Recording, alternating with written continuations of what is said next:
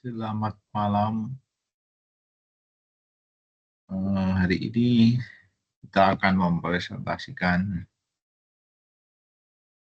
tugas kuliah dengan topik komputer kuantum.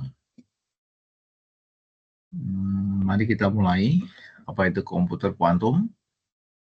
Jadi komputer kuantum itu adalah jenis komputer yang menggunakan prinsip-prinsip mekanika kuantum. Berbeda dengan komputer klasik itu menggunakan prinsip-prinsip elektromagnetik atau fisika klasik. Berbeda dengan komputer klasik yang menyimpan informasi dalam bit yang hanya bisa bernilai 0 atau 1, atau on atau off, maka komputer kuantum itu menggunakan qubit atau quantum bit yang berada dalam keadaan superposisi, yang berarti bisa mewakili 0, 1, atau kombinasi keduanya, atau antara 0 dan 1. Jadi banyak kemungkinan, tidak hanya 0 dan 1. Qubit ini dapat mengalami keterikatan. Jadi selain superposisi, maka sifat kuantum itu yang lain adalah entanglement.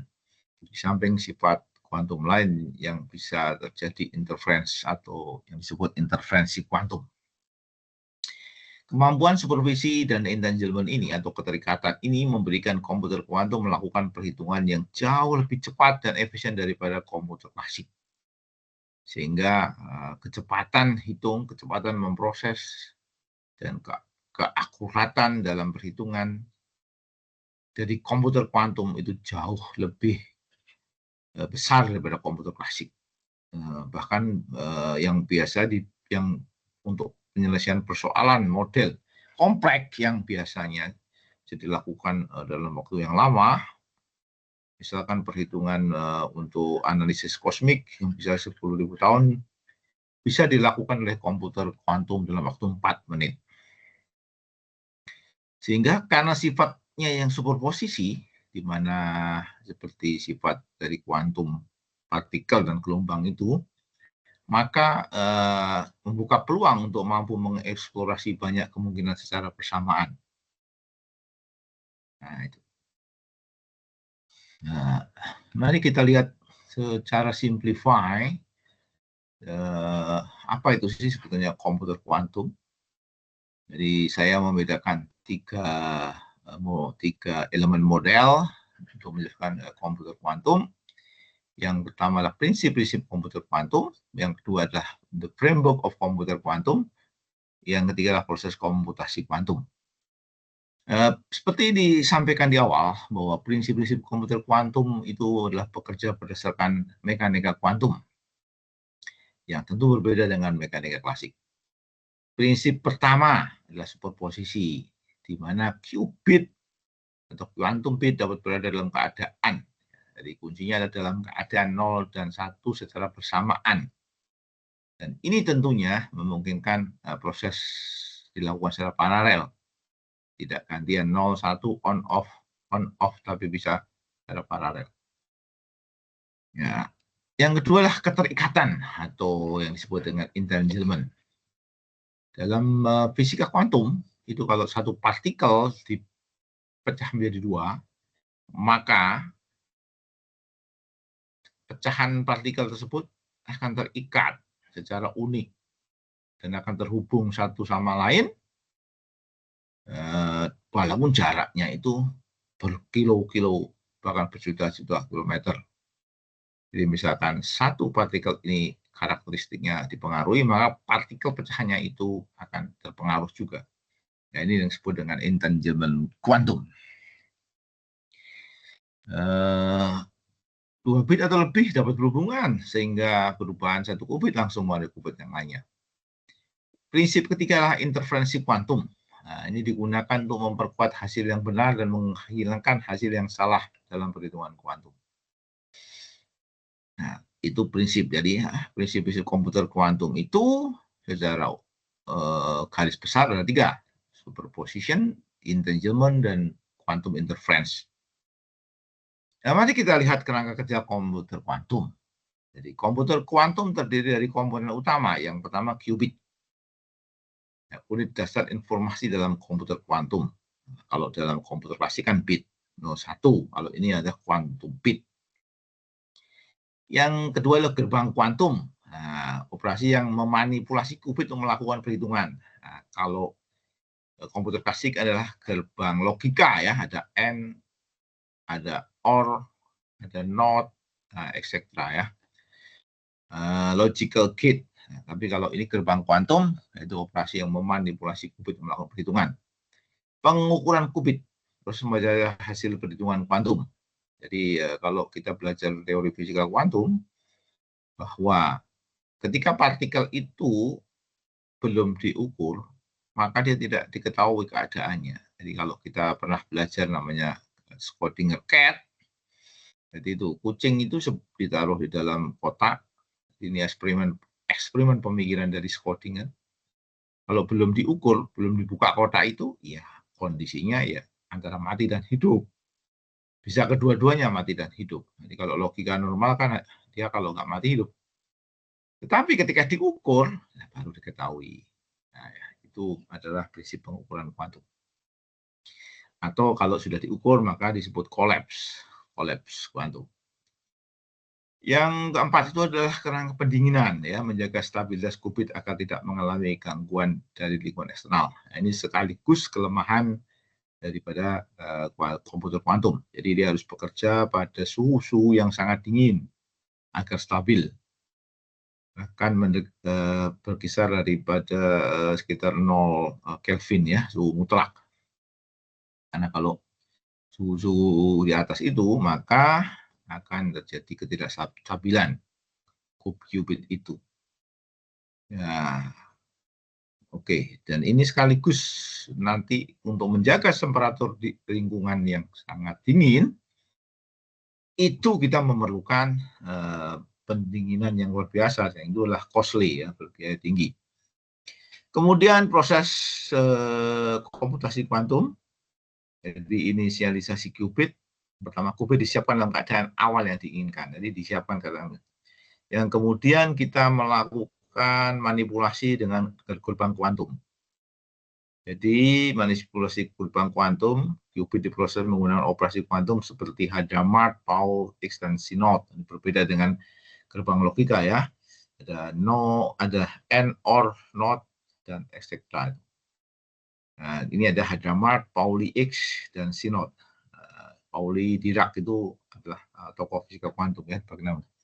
Kemudian interaksi dan entanglement. Qubit berinteraksi untuk membentuk hubungan kuantum yang kompleks. Jadi keempat adalah pengukuran hasil perhitungan diambil dengan mengukur qubit yang menyebabkan kolaps dalam keadaan 0 dan 1. Jadi ketika superposisi kan benar 1, ketika sudah diukur maka 0 dan 1. Jadi keadaannya sudah deterministik. Jadi ketika superposition itu probabilistik atau stokastik. Mari kita lanjutkan. Berikut adalah perbandingan dasar fisika antara komputer kuantum dan komputer klasik ya. Mari kita bandingkan. Kalau komputer klasik, unit informasinya seperti saya jelaskan di awal tadi adalah bit ya, bit itu 0 dan 1. Tetapi kalau komputer kuantum itu qubit, superposisi antara 0 dan 1, semua peluang antara 0 dan 1 secara bersamaan. Jadi yang pertama ini deterministik, yang kedua ini adalah probabilistik atau stokastik. Banyak kemungkinan secara bersamaan. Nah, ini yang menyebabkan kerja komputer kuantum itu bisa bekerja dengan kecepatan yang sangat tinggi, bisa bekerja dengan keakuratan yang tinggi. Prinsip dasar hukum fisika klasik deterministik. Jadi kalau komputer klasik itu kan pakai elektromagnetis ya. Tapi kalau komputer kuantum pakai teori-teori kuantum ya. Kuantum teori itu sifatnya probabilistik atau stokastik. Nah, ini operasi logikanya, gerbang logika klasik itu ya AND, OR, NOT, XOR. Sementara gerbang kuantum adalah Hadamard, Pauli Higgs, Synod, Toffoli. Kecepatan pemrosesan serial, satu operasi per siklus ya. Atau operasi per siklus. Kalau komputer kuantum, itu paralel superposisi memungkinkan banyak perhitungan. Kemudian entanglement, tidak ada entanglement ya. Jadi kalau prinsip pasti tidak, tapi kalau komputer kuantum, qubit dapat terikat, ya, berentanglement untuk berbagi informasi. Ya, interferensi, tidak menggunakan interferensi. Kemudian kalau komputer kuantum menggunakan interferensi kuantum untuk meningkatkan akurasi hasil. Jadi kalau di klasik itu kan menggunakan listrik itu elektron. Elektron itu kan berperilaku sebagai partikel kalau di sini. Tapi kalau di komputer kuantum, nah itu berperilaku sebagai dualisme ya. Ya berperilaku sebagai partikel dan sekaligus wave. Maka ada perilaku interferensi. Dan interferensi itu akan menghasilkan hasil akurasi yang meningkat tinggi. Jadi keandalan data stabil dan mudah disimpan. Jadi kalau ini data stabil dan ya kalau ini rentan terhadap dekosi dan gangguan lingkungan. Tadi kan saya ketika jelaskan membutuhkan temperatur yang dingin untuk memelihara sistemnya. Jadi kompleksitas masalah kalau komputer klasik terbatas dalam masalah yang sangat kompleks. Ya, tapi kalau komputer kuantum dapat menyelesaikan masalah seperti faktorisasi besar dan optimalisasi kompleks lebih efisien. Makanya dalam prakteknya bisa digunakan untuk menyelesaikan model-model optimasi transportasi, logistik yang sangat besar, termasuk juga dalam financial modeling dan nanti ada prediksi tentang climate change impact. Ya, itu bahkan dengan sifatnya yang mampu menyelesaikan kompleksitas masalah yang besar. Skalabilitas relatif mudah ditingkatkan dengan menambah CPU atau GPU. Sulit kalau komputer kuantum sulit karena tantangan stabilitas qubit dalam jumlah besar. Jadi ya, tadi itu tantangannya adalah sulit untuk ditingkatkan karena tantangan stabilisasi qubit dalam jumlah besar. Jadi tantangan sampai saat ini sebetulnya adalah stabilisasi qubit. Pengukuran komputer klasik dapat dibaca kapan saja tanpa perubahan. Pengukuran menyebabkan kolaps superposisi pada qubit. Jadi Oke, kemudian kita lanjutkan. Bagaimana komputer kuantum bekerja? Jadi dari tadi kita bekerja menggunakan, seperti saya jelaskan di awal, prinsip yang penting superposisi, keterikatan, dan interferensi kuantum. Secara sederhana, cara kerjanya adalah inisialisasi qubit, manipulasi qubit, serta pengukuran qubit. Apa itu inisialisasi qubit? Inisialisasi qubit adalah proses menyiapkan qubit dalam keadaan awal sebelum digunakan dalam komputasi kuantum. Jadi penerapan konkret inisialisasi qubit seperti kriptografi kuantum. Ya. Qubit yang telah diinisialisasi digunakan dalam protokol keamanan seperti QKD. Jadi quantum key distribution untuk memastikan komunikasi yang aman dan tidak dapat disadap. Jadi tantangannya adalah ketika kita menggunakan model komunikasi kuantum, kita dapat meningkatkan protokol keamanan sekaligus rentan juga karena dengan kemampuannya yang tadi faktorisasi bilangan yang besar, dia juga akan mudah melakukan crack atau hack terhadap kripto. Simulasi molekular ya dalam penelitian ilmiah dan farmasi, komputer kuantum dengan qubit yang telah diinisialisasi digunakan untuk mensimulasikan interaksi molekul secara lebih akurat dibandingkan komputer klasik. Jadi banyak hal-hal yang bisa dilakukan kalau komputer kuantum ini sudah secara technically dan economically itu layak, maka akan membuka peluang untuk penelitian yang sifatnya development maupun komersil, nanti akan untuk penemuan obat-obatan, penemuan material baru dan sebagainya. Karena komputer kuantum mampu mensimulasikan interaksi molekul secara lebih akurat dan lebih cepat tentu dibandingkan komputer klasik. Optimasi dan artificial intelligence ya. Qubit yang diinisialisasi digunakan dalam algoritma kuantum untuk menyelesaikan masalah optimasi kompleks seperti dalam logistik, transportation, kecerdasan buatan. Mungkin juga bisa dilakukan dengan design optimization dengan banyak constraint ya, kalau kita menggunakan model-model operation reset. Proses inisialisasi qubit, pemilihan sifat fisik, pendinginan ke keadaan dasar, manipulasi dengan gerbang kuantum, serta pengukuran dan validasi. Proses manipulasi sendiri, yaitu jenis manipulasi qubit, ada gerbang kuantum, superposisi, intangible, dan interferensi kuantum. Apa itu manipulasi qubit? Bagaimana penerapan konkretnya? Yaitu satu dengan komunikasi kuantum. Dalam quantum key distribution, QKD, qubit dimanipulasi untuk mengamankan komunikasi. Jadi ini bisa membuat kripto yang sedemikian acaknya sehingga susah di-crack, tapi sekaligus dia juga mampu memecahkan dengan mudah enkripsi yang dibuat untuk pengamanan ya. Yang kedua, simulasi material dan molekul tadi seperti dijelaskan sama dengan waktu inisialisasi. Komputer kuantum menggunakan qubit untuk mensimulasikan interaksi molekul dalam bidang kimia informasi. Nah, yang menarik ini 3 algoritma kuantum. Ini digunakan untuk memecahkan permasalahan artificial intelligence atau kecerdasan buatan. Algoritma Grover memanfaatkan superposisi dan interferensi untuk kuantum pencarian data yang lebih cepat. Algoritma Shor menggunakan entanglement untuk memfaktorkan bilangan besar yang berpotensi merevolusi kriptografi.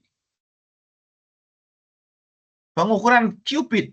Ya, pengukuran qubit adalah proses mengamati keadaan kuantum. Jadi pengukuran di sini mengamati keadaan kuantum. Ketika diamati, maka kuantum itu akan kolaps. Jadi akan menjadi deterministik. Kalau nggak satu, ya dua. Dia berperilaku deterministik sesuai dengan keadaan klasik. Kalau belum diamati, ya superposisi. Kalau kita belajar ke kucing Schrödinger yang dimasukkan kotak tadi, ketika belum diamati, maka dia ada dua realita. Kalau mati dan hidup sekaligus, kan. Jadi ada cabang realita. Ini menarik sekali kalau kita terapkan untuk ke kosmologi. Kita bisa memodelkan multiverse universe ya, multiverse atau multi universe atau many world interpretation ya, tipe pemodelan kosmologi berbasis kuantum ya. Ini aspek fundamental dalam komputasi kuantum karena hasil pengukuran menentukan informasi yang dapat digunakan dalam hitungan. Proses pengukuran qubit yaitu satu superposisi sebelum pengukuran, kolaps keadaan setelah diukur, basis pengukuran dan pengaruh pengukuran. Penerapan pengukuran qubit yaitu kriptografi kuantum, QKD, simulasi kuantum, tadi saya jelaskan material dan kimia dengan mengukur interaksi kuantum, algoritma kuantum, algoritma Grover yang menggunakan pengukuran untuk mempercepat pencarian data. Ya, kita sekarang lihat peluang penerapan ya. Jadi peluang penerapan satu untuk bidang kesehatan dan penemuan obat. Tadi saya jelaskan juga ke pemodelan keuangan ya. Komputer kuantum dapat menganalisis jutaan kemungkinan ya, jadi jutaan kemungkinan. Jadi dengan sifat entanglement-nya secara paralel bersamaan itu bisa menganalisis kemungkinan skenario pasar dalam waktu singkat. Ya, tentu ini memperkuat penilaian risiko sehingga membantu secara lebih akurat pengambilan keputusan dalam investasi dan manajemen risiko. Ketiga, untuk keamanan cyber dan enkripsi, tadi saya jelaskan dengan quantum key distribution. Keempat, kecerdasan buatan, AI dan machine learning. Komputer kuantum dapat mempercepat pelatihan model AI dengan mengoptimalkan pemrosesan data. Jadi dengan algoritma Grover tadi ya, dalam jumlah besar, kemudian mengembangkan sistem AI yang lebih canggih. Transportasi dan optimisasi rute dan logistik transportation, kuantum dapat menggunakan untuk mengoptimalkan rute perjalanan, mengurangi kemacetan dan kemungkinan efisiensi operasional. Juga mungkin bisa diterapkan di dalam manajemen proyek dengan dengan task yang banyak, dengan critical path yang banyak, kemudian bisa ditentukan mana rute optimal ya. Tantangan penerapan. Nah, tadi kita sudah diskusi sebetulnya masalahnya dari kuantum komputer adalah stabilitas ya. Sehingga kondisi environmentalnya itu sangat mempengaruhi, kan membutuhkan suhu yang sangat dingin. untuk mencegah terjadinya decohesion. Jadi tantangannya itu adalah kesalahan qubit dan koreksi kesalahan. Qubit sangat rentan terhadap gangguan eksternal seperti fluktuasi suhu dan medan magnet yang dapat menyebabkan kesalahan dalam perhitungan. Teknik koreksi kesalahan kuantum sedang dikembangkan untuk mengatasi masalah ini. Jadi para ilmuwan, para fisikawan dan sekarang sedang melakukan penelitian untuk menyelesaikan masalah ini. Skalabilitas dalam jumlah qubit, saat ini komputer kuantum masih terbatas dalam jumlah qubit yang dapat digunakan meningkatkan jumlah qubit tanpa kehilangan stabilitas ya. Ada tantangan besar dalam mengembangkan teknologi ini. Kemudian dekohesi dan stabilitas qubit. Qubit mengalami dekohesi, yaitu kehilangan informasi akibat interaksi dengan lingkungan.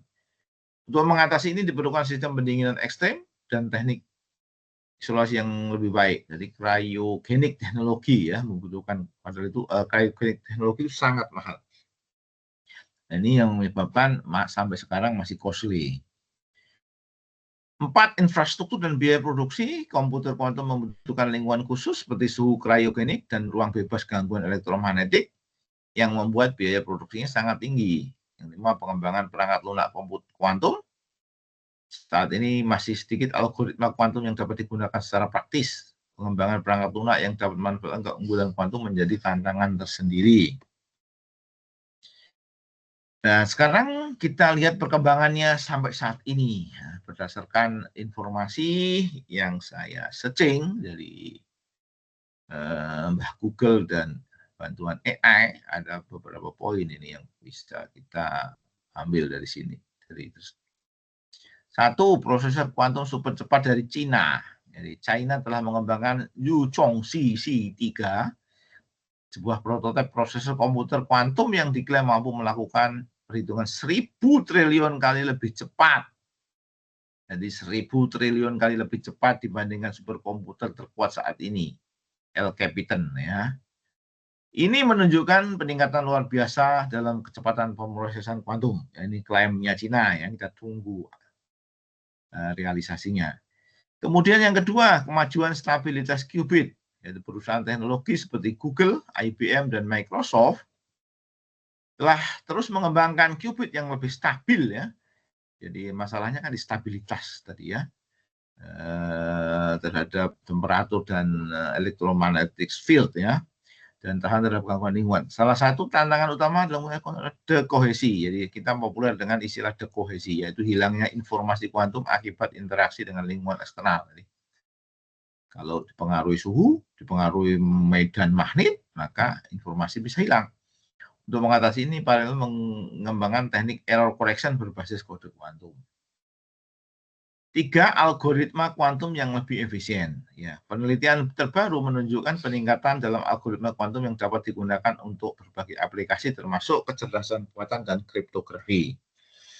Dengan algoritma yang lebih efisien, komputer kuantum semakin mendekati tahap implementasi praktis. Yang keempat adalah investasi besar dalam infrastruktur kuantum. Banyak negara dan perusahaan teknologi berinvestasi besar dalam pengembangan infrastruktur kuantum, termasuk pusat penelitian dan pengembangan perangkat keras kuantum. Ini menunjukkan bahwa teknologi kuantum semakin mendapatkan perhatian global.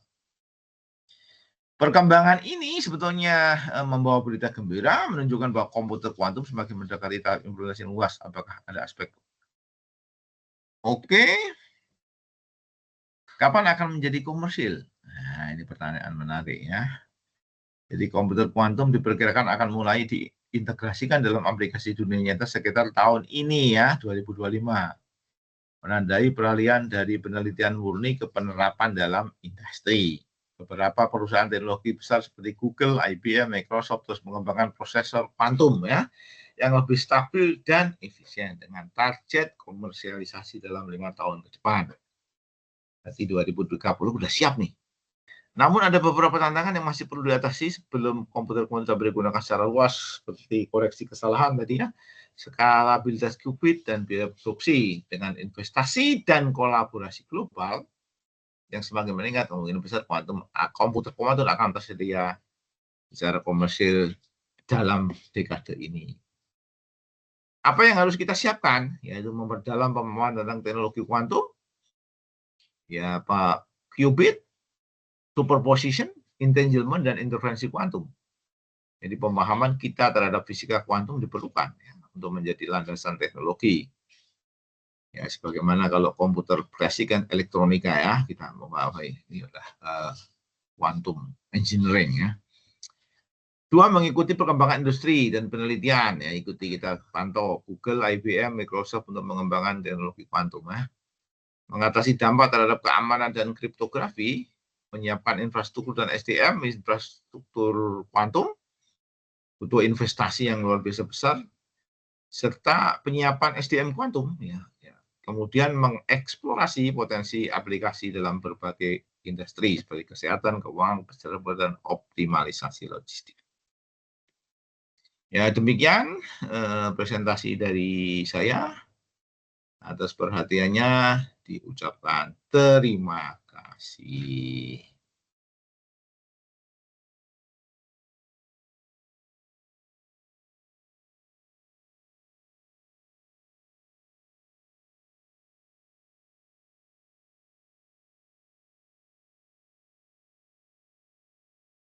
Terus sih rekamannya di mana, Bang? Kalau di